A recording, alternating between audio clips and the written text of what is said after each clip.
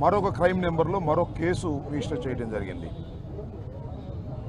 ఈ 2 కేసుల్లోనూ మాకు నోటీసులు ఇచ్చినందువల్ల ఈరోజు రూరల్ పోలీస్ స్టేషన్కు హాజరై వారు అడిగినటువంటి ప్రశ్నలకు సమాధానం చెప్పి ఎంక్వైరీలో పాల్గొనడం జరిగింది.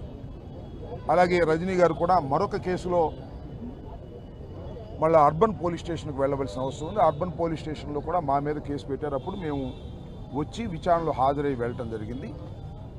ఈరోజు ఆయన అంతకుముందు రాలేదు కాబట్టి ఈరోజు అక్కడ కూడా హాజరైన తర్వాత వెళ్ళటం జరుగుతూ ఉంది. మీ అందరికీ తెలుసు, మేమిద్దరం కూడా జగన్మోహన్ రెడ్డి గారి క్యాబినెట్లో మంత్రులుగా చేసినటువంటి వ్యక్తులం.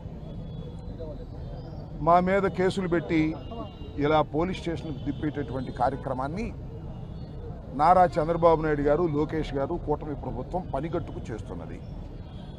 నేను ఒక ప్రధానమైనటువంటి అంశాన్ని ఇక్కడ మీకు గుర్తు చేస్తాను. జగన్మోహన్ రెడ్డి గారు రెంటపాళ్ళ వచ్చిన సందర్భంలో మేమందరం కూడా ఆయన వెంట వచ్చాం. రెంటపాళ్లే కాదు, జగన్మోహన్ రెడ్డి గారు ఎప్పుడు ఏ పర్యటనకు వెళ్ళినా వారి వెంట మేము వెళుతూ వస్తూ ఉన్నాం.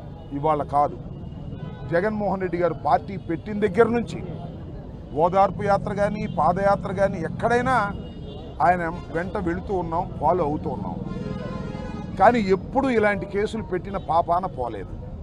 అంతేకాదు, చంద్రబాబు నాయుడు గారు కూడా సత్యనపల్లి వచ్చాడు. నేను శాసనసభ్యుడిగా ఉన్నప్పుడు, మంత్రిగా ఉన్నప్పుడు బాదుడే బాదుడనే కార్యక్రమంలో ఆ రోజున వారు కూడా వేలాది మంది వచ్చి పాల్గొన్నారు. వాళ్ళ మీద మేము ఎప్పుడూ కేసులు పెట్టలేదు. అలాగే యువగళం అని చెప్పి లోకేష్ గారు పాదయాత్రలో వచ్చాడు, అక్కడ నుంచి అటు తిరిగి వెళ్ళిపోయాడుకో, అప్పుడు కూడా మేము ఎవరి మీద కేసులు పెట్టలేదు. కానీ జగన్మోహన్ రెడ్డి గారి వెంట వచ్చినందుకే మా మీద కేసులు పెట్టి మమ్మల్ని వేధించాలనేటువంటి ప్రయత్నం చేస్తున్నారు. కాబట్టి ఆయన తప్పకుండా అందువల్ల ఆయన తీసుకెళ్ళవా పక్క.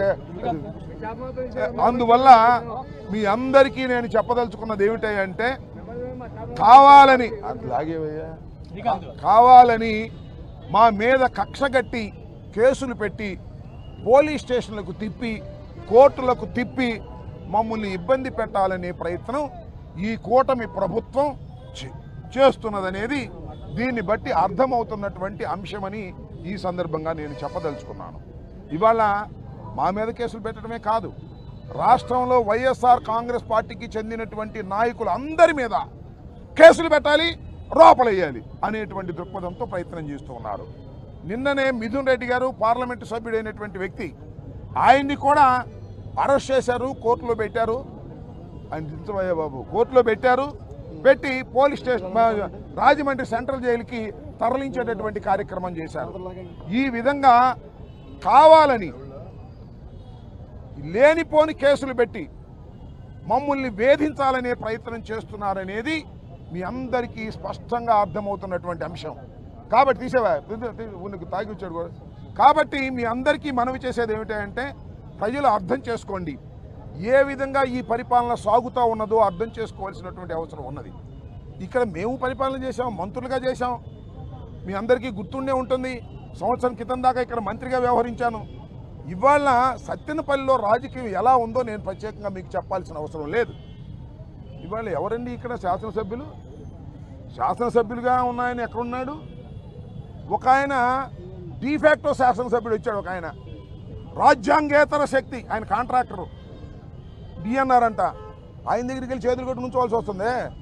ఓట్లు వేసిందేమో ఎమ్మెల్యే గారికి, మీరు వెళ్ళి చేతులు కట్టుకు నుంచున్నదేమో ఆ కాంట్రాక్టర్ దగ్గర. ఏందే నాకు అర్థం కాలేదు. ఓట్లు వేసిన వాళ్ళకి సిగ్గు లేదా అని అడుగుతా ఉన్నా. ఆ ఎమ్మెల్యే గారికి రాసి ఇచ్చేసాడు కాంట్రాక్ట్ మొత్తాన్ని. ఇవాళ వెళ్ళి అక్కడ కూర్చొని రాజకీయం చేసుకోవాల్సిన పరిస్థితి, చేతులు కట్టుకుని ఆయన దగ్గరికి వెళ్ళాలి. ఆయన ఈ సత్తెనపల్లిలో ఉన్నటువంటి స్థలాలన్నీ ఆక్రమించుకుంటాడు, డిస్ప్యూట్లో ఉన్నాయి, దాన్ని ప్లాట్లు వేస్తాడు, అమ్ముతూ ఉంటాడు. ఈ విధమైనటువంటి కార్యక్రమాలు ఇక్కడ జరుగుతూ ఉన్నాయి. లిక్కర్ స్కామ్ అంటున్నారు కదా. నేను ఒకటి మనవి చేస్తున్నా, ఇవాళ ఈ నియోజకవర్గంలో ఈ హెడ్ క్వార్టర్లో 4 బార్లు ఉన్నాయి. అవునా? 4 బార్లు ఉన్నాయి. అవన్నీ కూడా వైఎస్ఆర్ కాంగ్రెస్ పార్టీలో ఆ బార్లు బిడ్ల వేసి తీసుకున్నారు. ఇవాళ ఓనర్లు ఉన్నారండి ఆ బారుల్లో. 3 దానిలో ఓనర్లు లేరు. డిఎన్ఆర్ గారు ఎవరు చేస్తే వాళ్ళని పెట్టారు. వానలు తరిమేశారు. ఇంతకన్నా దారుణం ఏం కావాలి?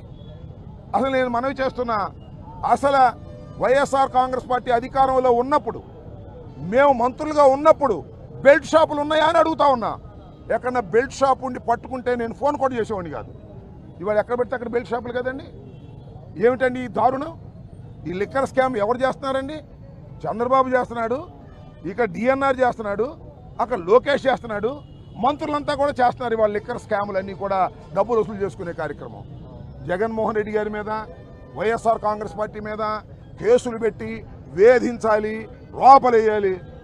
మేము జడుస్తామా? ఎన్ని చూసి వచ్చాము ఇవాళ? ఇన్ని చూసి రాజకీయాల్లోకి వచ్చామని మనవి చేస్తున్నా. దేనికి భయపడే ప్రశ్న లేదు. కాకపోతే మాకు కొద్దిగా బిడియం వేస్తుంది.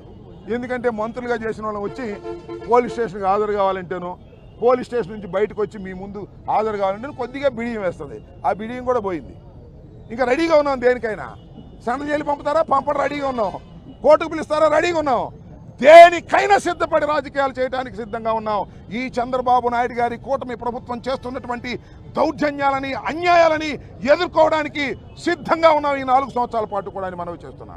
ఏంటండి అన్యాయం? నాకు అర్థం కాలేదు. పోలీస్ వ్యవస్థ ఉంది ఎందుకండి? మా మీద కేసులు పెట్టడానికా? మాజీ ఎమ్మెల్యేల మీద కేసులు పెట్టడానికా? మాజీ మంత్రుల మీద కేసులు పెట్టడానికా? వైఎస్ఆర్ కాంగ్రెస్ పార్టీ మీద కేసులు పెట్టడానికా? పెట్టండి అయ్యా. దోపిడీదారుల మీద పెట్టండి, రౌడీల మీద పెట్టండి, దొంగల మీద పెట్టండి, సంఘ విద్రోహ శక్తుల మీద పెట్టండి. మేము సంఘ విద్రోహ శక్తులు అని అడుగుతా ఉన్నా. మేము సంఘ విద్రోహ శక్తులు కాదు, ప్రజాసేవ చేయడానికి రాజకీయాల్లో వచ్చాం, ఎన్నిక కాబడ్డాం, మంత్రులుగా చేశాం. మా మీద కేసులు పెట్టి మమ్మల్ని అణచాలని ప్రయత్నం చేసే లోకేష్కి, చంద్రబాబుకి బుద్ధి చెప్పి తీరుతాం రాబోయే కాలంలో మనవి చేస్తున్నా. ఎంతసేపు పట్టిద్దండి? కాలం గిర్రని తిరిగి వచ్చేసింది. 1 సంవత్సరం అయిపోయింది, ఇక 3 సంవత్సరాలేగా, మధ్య ఇంకో సంవత్సరం ఎలక్షన్లేగా. కాబట్టి కాలం గిర్రన తిరిగి వస్తుంది. ఇవాళ చంద్రబాబు నాయుడు గారు కూటమి ప్రభుత్వం చేస్తున్నటువంటి ఒక అన్యాయమైనటువంటి పరిపాలన, ఇది పోలీసు పరిపాలన, ఇది మిలిటరీ పరిపాలన లాగా ఉంది తప్ప మరొకటి కాదు. వీటన్నిటినీ ధైర్యంగా ఎదుర్కొంటామని కూడా మనవి చేస్తున్నా. రెంటపాళ్ళ జగన్మోహన్ రెడ్డి గారు వస్తే ఇన్ని 100 మంది మీద కేసు పెడతారని నాకు అర్థం కాలేదు. రెడీగా ఉన్నాం మేము. ప్రతి వాయిదాకు వస్తాం. సత్యనపల్లి మీ అందరికీ అండగా ఉంటాం. 103 పెట్టారు, 113 మందిని పెట్టారు, ఇంకా కొంతమందిని కూడా పెడతారు. ఇప్పుడు 7 పెట్టారు, ఇంకా కొంతమందిని పెడతారు. భార్గవ్ దీనిలో ఉన్నాడు, అప్పిరెడ్డి దీనిలో ఉన్నాడు, మేడం గారు దీనిలో ఉన్నారు. అందరూ బోల్డ్ అంతమంది నాయకులందరినీ దీనిలో పెట్టారు. రోజు వాయిదాకి వస్తాం, మిమ్మల్ని అందరినీ కలుసుకుంటాం, మీకు ధైర్యం చెబుతాం. మీరు మాకు ధైర్యం, మేము మీకు ధైర్యం. కలిసికట్టుగా ముందుకు వెళదాం. ఈ దుష్ట పరిపాలన అంతం చేసేందుకు ఇవాళ నుంచి సమిష్టిగా కృషి చేద్దామని ఈ సందర్భంగా నేను చెప్పదలుచుకున్నాను.